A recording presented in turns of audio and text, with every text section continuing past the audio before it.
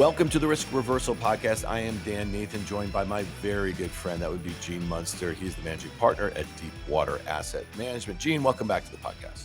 Hi, Dan. Wonderful to be here. All right, thanks so much. And we're going to be quick about this because really what I wanted to do today is go over some of the themes that you are most focused on. If you think back to where we were in late April when companies were reporting first quarter earnings and given second quarter guidance, it's a very, very different place. And, back then, I don't think anyone knew that the market was bottoming. I've heard this term, Gene, that, it was a generational buying opportunity. And I'm just curious from where you sit until we kind of hit some larger tech themes. You run money. And you've been investing in tech for a very long time. You've covered, every major cycle as it relates to technology shifts over the last, call it 25 years or so. When you think about the downdraft that we had in the stock market, and really other than semiconductors, this is back obviously in April, there weren't so many companies, maybe some of the hardware names, maybe the theme in and around AI, that sort of thing. Maybe they were all wrapped up together, maybe they weren't. But did you view the decline that we had in the S&P 500 and the NASDAQ as a generational buying opportunity for tech stocks? I mean, we felt strongly that it was a buying opportunity. I don't know if we went as far as to say it was generational. We were thinking that the rebound was going to be summer file historical patterns, which is around 50 days for the rebound. Obviously, that happened much faster, but it felt like that was a big opportunity, in part because what we observed was that the overall market was concerned about tariffs, and then these high flyer AI companies. I think the quick takeaway from people was that they're going to be more at risk because they've gone up more over the past couple of years. Therefore, if the overall market declines, but one of the reasons why we felt like it was such a good opportunity was that we think that AI has the potential to kind of buck the broader market, and that very rarely happens. But if we have confidence in what's going on the fundamentals of these companies, we felt like that was going to be an opportunity.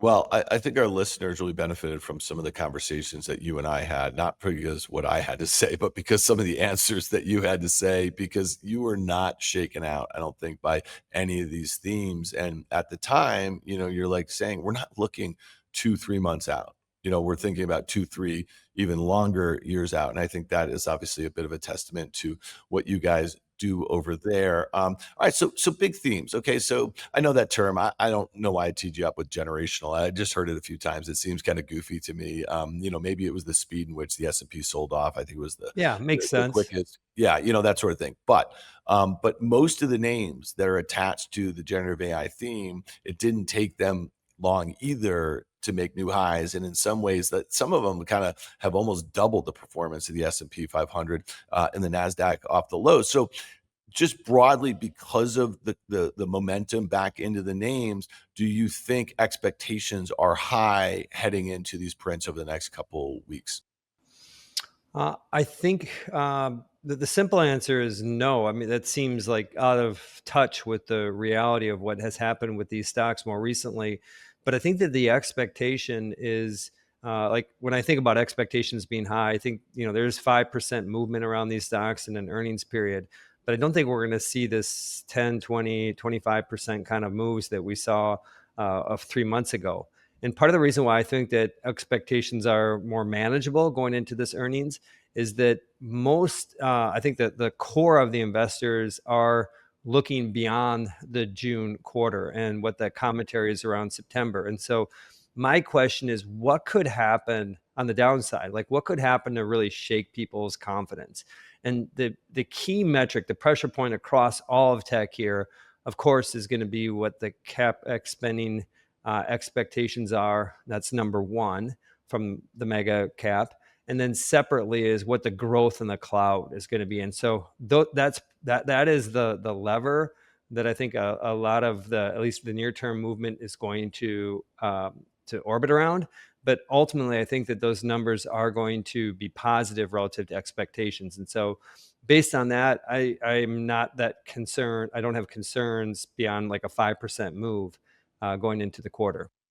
All right, so let's just use Microsoft as a bit of an example because, again, it seemed like the sentiment was kind of souring on them headed into the new year to some degree as an early beneficiary of their investment in OpenAI in 23 and 24. The stock obviously was one of the leaders in the trade. And so now when you look at that move, 45% off of the April lows, it's been going up in such a low vol way. It just tick by tick by tick. It seems like almost every day. And you have a situation where the PE to growth, the peg here, Gene, is getting a little frothy relative to its history, right? So when I look at expectations, and this is where I think I'd love to get your take here. When I look at expectations for next fiscal year, okay, so that what they just report is going to be their fiscal Q4 for 2026, they're expecting, or consensus expecting 13% EPS growth with trading about 33 times, 37. So trailing. And I know that this is not something that's going to dictate the stock's performance right now, but with 14% expected revenue growth, does that somewhat concern you? And I'm just using Microsoft as an example because other than Google in the Mag 7, there aren't too many great cases to be made, in my opinion, on a PE to growth. So I think that if we look at Mag 7, Microsoft is one that we don't own. And the easiest way to get opinion on how investors feel about a stock is just to look at their portfolio. Is it in the portfolio? Is it not? In this case, Microsoft is not. If we look at that growth, you mentioned the earnings growth, the revenue growth is basically 14% for this year and 14 for next year. And I think one of the challenges that we have with Microsoft is that there really isn't an opportunity for that to be like 17%. I think that it is very steady. It's a sleep well at night type of a growth rate. But I think from the perspective of, is there kind of a measurable lever higher here? It just doesn't seem to be in the cards. And so I think that from Microsoft's perspective, then there's the question about just how they are navigating AI in their, what control do they have of AI in their future? I mean, a lot of the same similar conversations that relate to Microsoft also relate to Apple in terms of growth rate and what's the upside potential and the valuation, all of that.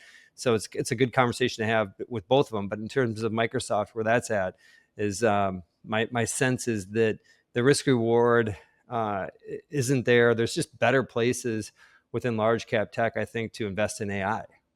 Yeah, and you just mentioned that the big focus, aside from CapEx, the big focus is going to be cloud growth, and I think that's a couple of things we saw reacceleration, right, of some or just slight beats to expectations. That's why we had some of these nice moves to the upside in some of the hyperscalers.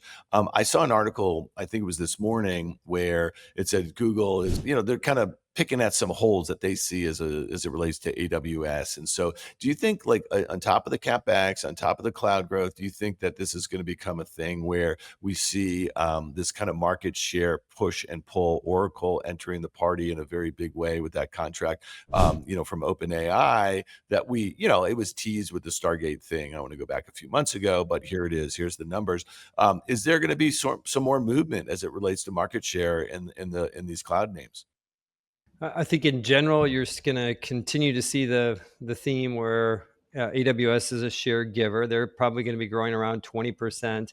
And you look at Azure and Google Cloud, kind of mid to high 20s and low and around 30%. And so I think that generally that narrative, Oracle is one we historically haven't owned. I can tell you we're doing a lot more work on Oracle now for that just basic idea is that it doesn't take much. I think there's still been largely ignored in the whole AI opportunity. And so I think that could have a small pulling around market share. But in general, I think that the message around what's going on with cloud growth probably over the next year is going to be AWS is growing nicely, but a share giver, and then Google Cloud and Azure being share winners.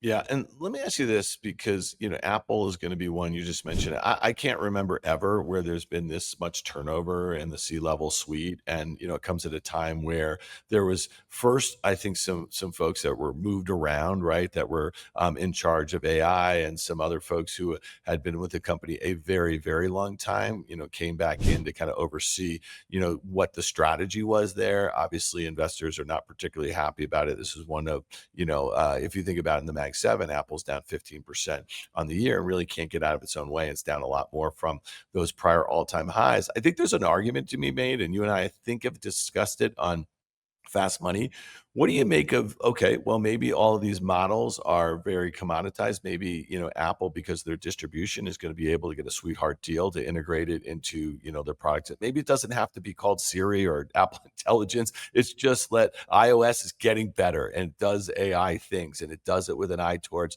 privacy and security and all that sort of stuff. Like, there's maybe a bullish case to be made if this company gets a little bit more focused, they kind of streamline it a bit better in and around Tim Cook's vision for going forward. And then you think about, okay, if they fix the China thing or they fix the kind of tariff thing and then the Chinese demand, well, maybe this stock is set up for, a big leg higher. Thoughts there? So I think it comes down to, do you believe that the company is competent? And I think that that has been a debate, a fair debate. When I think about competence and their ability to build AI, it's been a fair criticism of Apple. And so I'm personally a shareholder. Our firm owns Apple in part because we do believe that Cook is competent. And when I say competent, as an understanding of what's at stake here.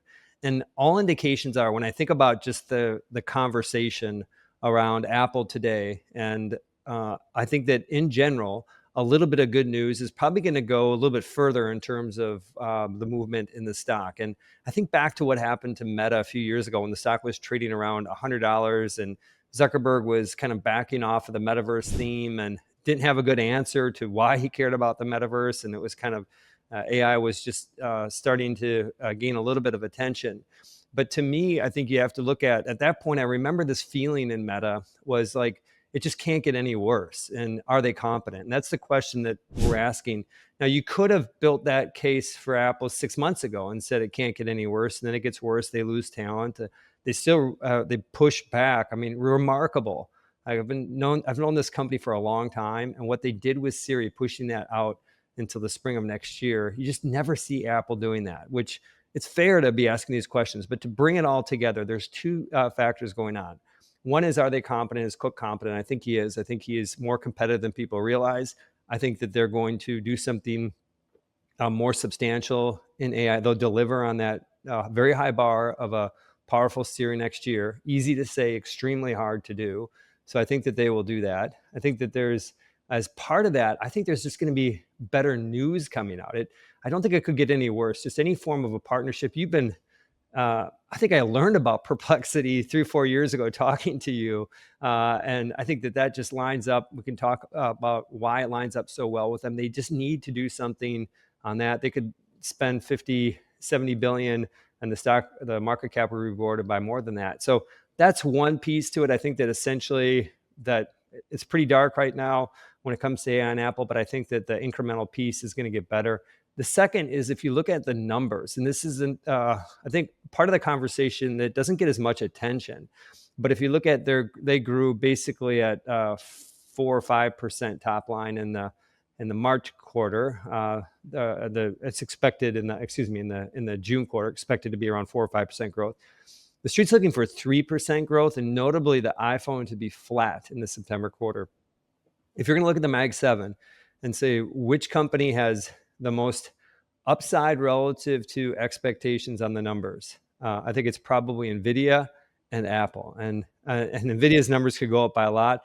But even if Apple guided in line for the September quarter or fractionally up, which I think that they could do, I think that would be a multiple expander. And so I think my sense is that across all the Mag 7, I actually think that Apple's probably going to be one of the best performers, if not the best performer in the back half of the year. Yeah, and a lot of that comes, like, to your point about expectations, and it won't take that much good news to get the stock, at least to get the, I think, the theme in and around it. You just used a really good example of if they were to spend $50 billion to make an acquisition or do something, strategic in a way, that's a rounding error on its market cap. And obviously, this company expected to do $400 billion in sales this year, and they generate a shit ton of free cash flow. Here's the thing. I mean, I just I'm kind of perplexed that they haven't made a move, and they didn't need to make a big move. A year ago, when I said, "Well, if they made a knockout $4 or $5 billion bid for this company, and at least was a prominent app right on iOS, and it would show that they kind of have a vision of where search is going." It would also say that they're very cognizant of the situation with Google and the 20 billion that they get there for Google search, given obviously exclusive access to search on, or not exclusive, but generally exclusive on Safari. But that acquisition would have caused $100 billion rally, or maybe more in the stock. So, maybe from a strategic standpoint, they're not, thinking about it from, the stock perspective, which is fine. You know what I mean? But like, we don't right now have a whole heck of a lot of confidence that they're going to be able to deliver product when they announce this new iPhone, in the fall. But again, here nor there. But that one, to me, I agree with you. Expectations really low. Let's But talk yeah, let Tesla. me just quick say one thing more on that iPhone in the fall. I'm going to quick check the numbers for the December quarter. The street is looking for iPhone growth of 5%. So I mentioned it's flat in the September quarter. The December quarter gets the bump up. So there are some expectations about a reacceleration for iPhone, and this is going to be a slightly different form factor. Uh, Typically, when you see a little bit of a different form factor, you see a little bit of a bump up in sales too. But I mean, I one just thought on what's gone on too, just to round out the thought, is that I agree, like that this has been a chapter in Apple that is unprecedented, and I think that's why the debate is fair. Like how is it that they have not responded faster to this? And so I'm always kind of looking forward and thinking, is Cook competent? That's the central question. Um, Williams would not have left if Cook wasn't on board for the next couple of years. He's going to be here to see this through in terms of what they're going to do in AI. And I'm still, my money is still on the fact that they're going to do something that's going to catch people's attention when it comes to AI. Yeah, I mean, that'll be the big story. And to your point, let's just say that expectations, as you say, are high for, iPhone units in the quarter coming up here. December. Yeah. Yeah, it possibly does create a situation where, let's say they miss that. Let's say they just don't have the visibility as it relates to tariffs. Let's say they can't really speak to some sort of reemergence of Chinese demand. It might set up as a really good opportunity. To your point,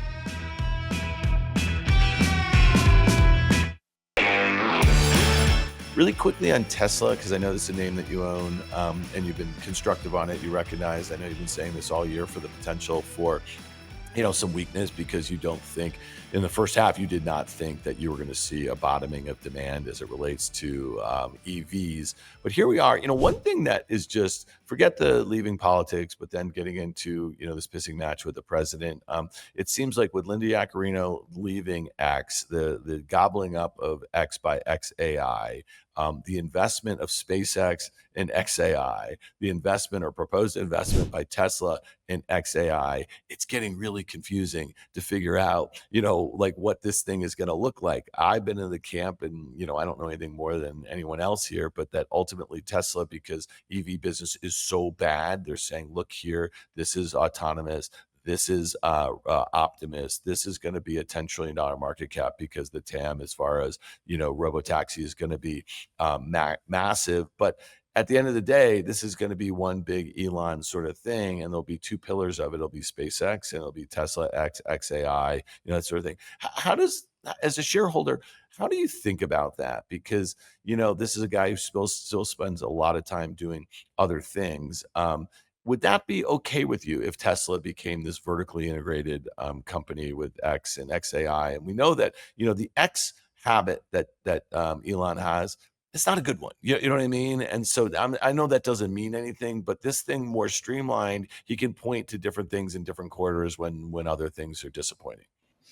So from like in practice, we've known this for years, is that if you talk to Tesla employees, SpaceX, ex employees, Boring Company, they tend to think of them working for Elon. And I think that that's been a kind of a well-traveled road. So I think from functionally, this is all of his entities kind of have some overlap. Now, The overlap between SpaceX and Tesla is relatively limited. There's been a handful of examples of when they've had some problems with motors, for example, and SpaceX has stepped in to help fix some of those.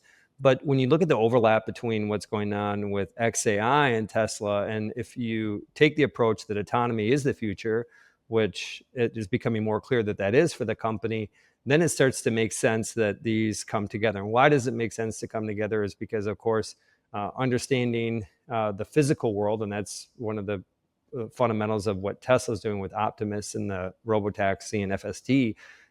You need some foundation models behind that to make that happen. And so even though XAI hasn't like really proved its chops in the physical AI world, because they have made a lot of progress in the, I think, the more traditional chatbot related world, I think that that does bode well for kind of bringing these two together. My sense is that that there's a greater than 50% chance that they come together. And I think that one other piece to this whole puzzle about more recently, SpaceX, but Wall Street Journal reporting SpaceX is going to put a couple billion into XAI, and then Tesla, Elon saying it's up to the board and the shareholders if they want to put a couple billion into it, is that the amount of money that's getting thrown on. We have a venture business, and we're in this competing at the early stage and late stage venture. It is fiercely competitive to put money into these companies.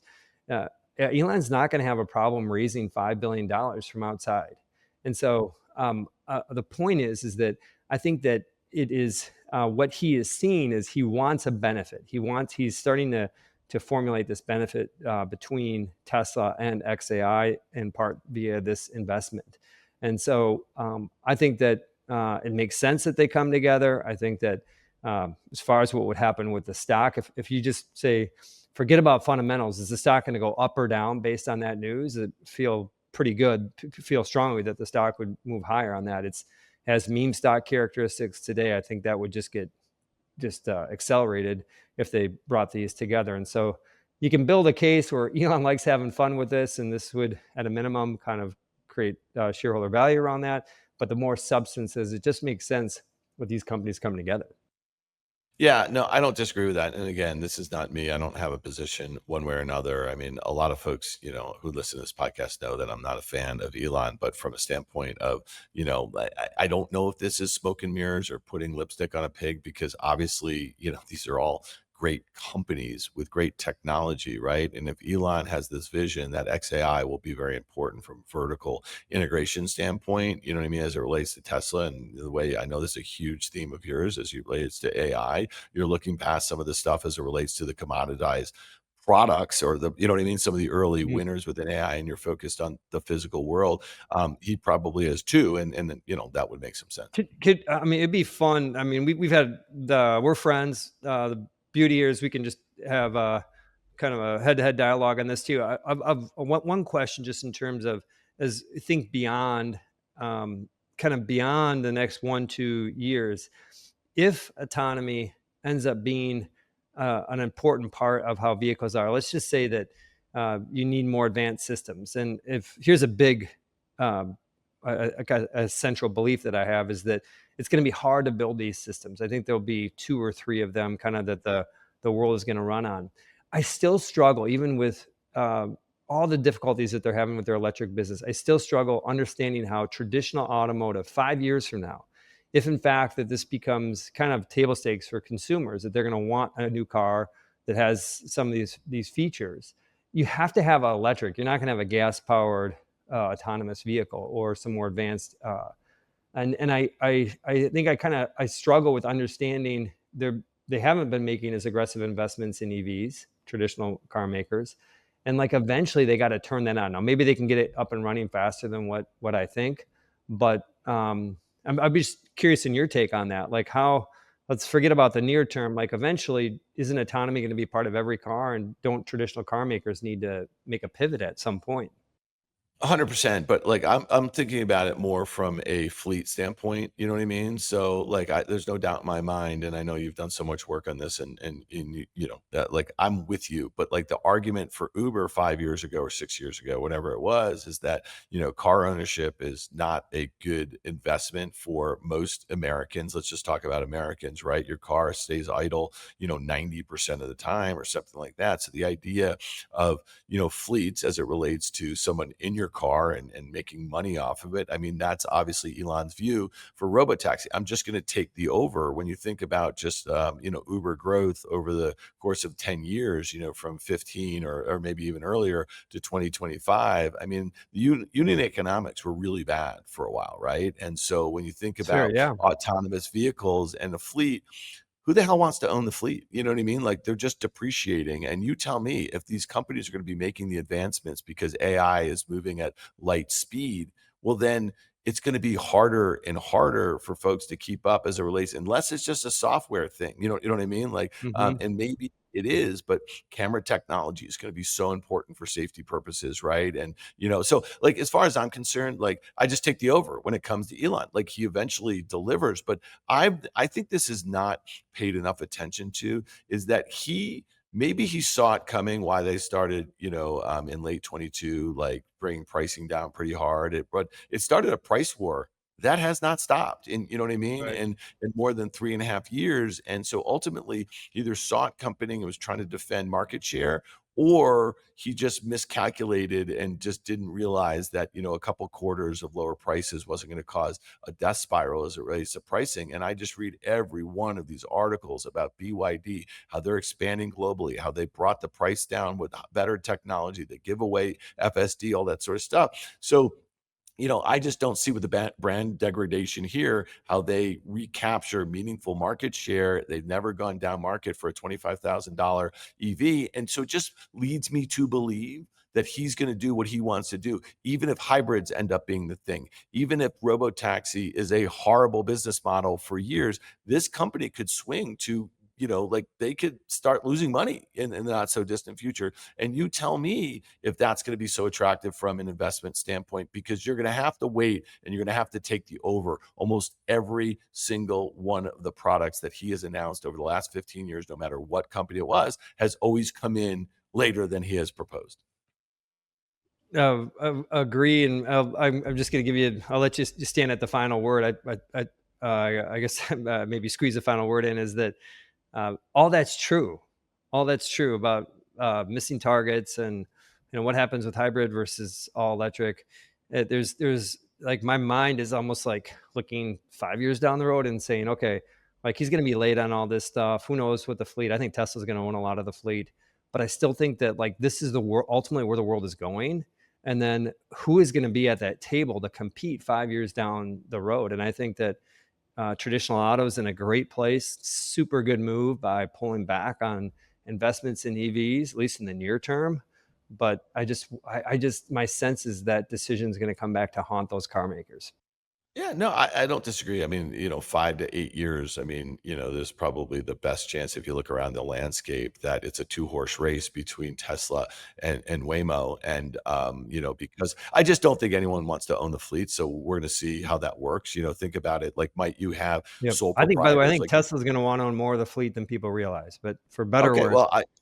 well, let's break that down at some point on another pod. And there's a guy that I want to introduce you to, Mike Dempsey, who is from Compound VC, and they were seed investors in a company called Wave, and out of the UK, and they're doing really interesting stuff as it relates to autonomous driving and predominantly Sweet. Can't in wait. yeah.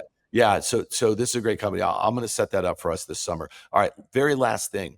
Um, this divergence to some degree off of maybe the lows, I don't know, is the stocks versus software. And you know, when you think about the themes and around AI with software, it's you know, this whole idea of the application layer, agentic AI. It's something you talk about a lot. I'm looking at a lot of these SaaS names, and you know, they're just not trading that well this year. So it's Salesforce, it's Adobe, it's Workday, it's ServiceNow. So, and there's a handful of others. They're all down on the year. double digits. They are not participating here. And that was a big story for all those names in 2023 into 2024, but they've really lagged. So my question to you is, where do you want to be? Do you think there's a catch-up trade? Maybe Adobe, like let's throw that name out of there, but like in some of these names like Salesforce and ServiceNow and Workday, is there a story for them that they could join the party in generative AI?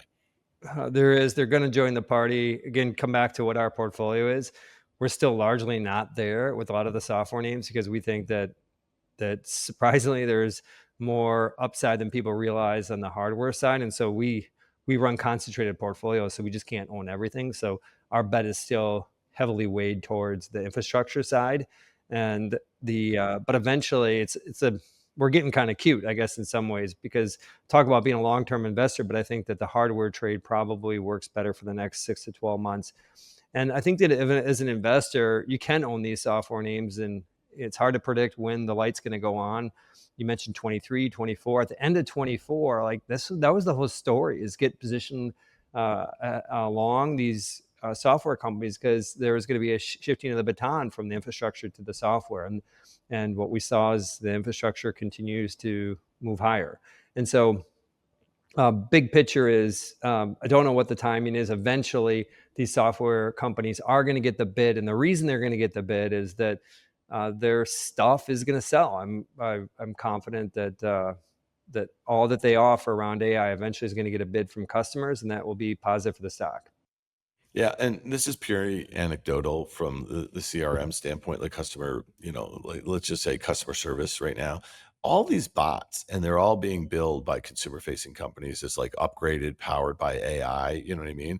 They're really bad and they're really frustrating. And, to me, this is the sort of thing where folks have been frustrated with this experience for a very long time. And this was the promise that it was going to get better. And you could say it's the first pitch of the first inning. And that's fine. But in the near term, a lot of folks who are not watching the progress in the space and where the applications are going to be and how quick it's going to happen and how it's going to transform different, processes. It's not a great experience. It's like it feels like Siri circa like 10 years ago and you know what I mean? And never really changed that much. So that's purely anecdotal. Because I've been dealing with a lot of airlines over the last 3 days or so, not just for my wife and me, our kids and this and that, whatever. And it's a disaster. I mean, it's a full on Sorry to hear disaster. that. Yeah, but then a lot of these companies, Gene, are basically, I think they're like toning down a little bit of that human presence as it relates to customer service. And so, if that's going to be most people who are not focused on this stuff the way you and I are, that's going to be their first experience with it. I think it's going to be disappointing, but who knows? They're just going to go and cheat on their term papers using OpenAI or making their You know it. presentations or their legal briefs or Look whatever, out. and that's enough. Maybe that's enough. Listen, man, I really appreciate you being here. I love hearing some of these themes. I know we drilled down maybe specifically on some of these names, but they are basically the bellwethers for the themes in the public market. So you and I are going to have that conversation with Mike Dempsey. I think you'll really enjoy him on some of the Awesome. themes in the private markets. And I know that's something that you guys are active in. So Gene Munster, Deepwater Asset Appreciate Management, it, thanks so Dan. much. Thanks, bud.